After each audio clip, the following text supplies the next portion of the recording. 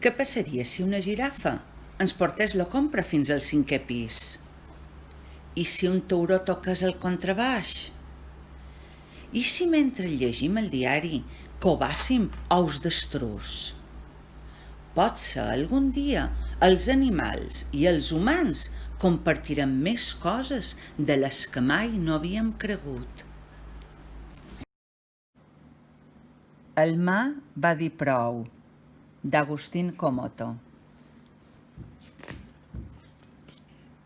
Aquest llibre té una dedicatòria i l'autor, n'Agustín Comoto, el dedica a na Natàlia, Fernando, Lucio i el petit Fidel. El mar era tan immens que no tenia fi. A una banda hi vivien les persones, unes en llocs sorollosos, d'altres en llocs tranquils. A l'altra banda hi havia la gran selva plena de verd, animals i humitat. Els elefants, les girafes. Damunt el mar, els habitants de la ciutat transportaven les seves coses en grans vaixells.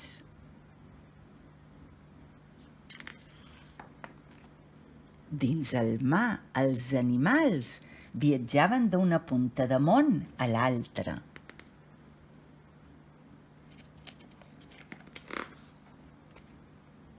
Un dia, el mar va cansar-se d'uns i d'altres i va cridar «Prou!». Des d'aquell dia, tot el que era important va deixar de ser-ho. I tot va canviar per als qui vivíem sota els arbres.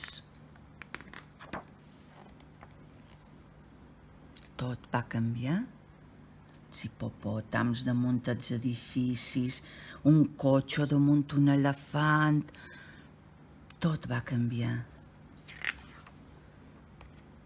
Les antigues lleis ja no tenien sentit. Res no va tornar a ser igual per ningú. Però res no és tan complicat com sembla.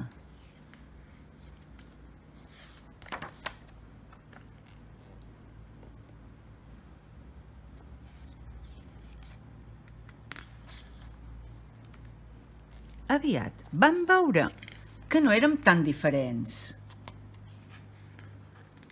Aquesta és la història del lloc on vivim. Per si de cas, el gran mar no l'haurien de molestar més. I conte contat, conte acabat.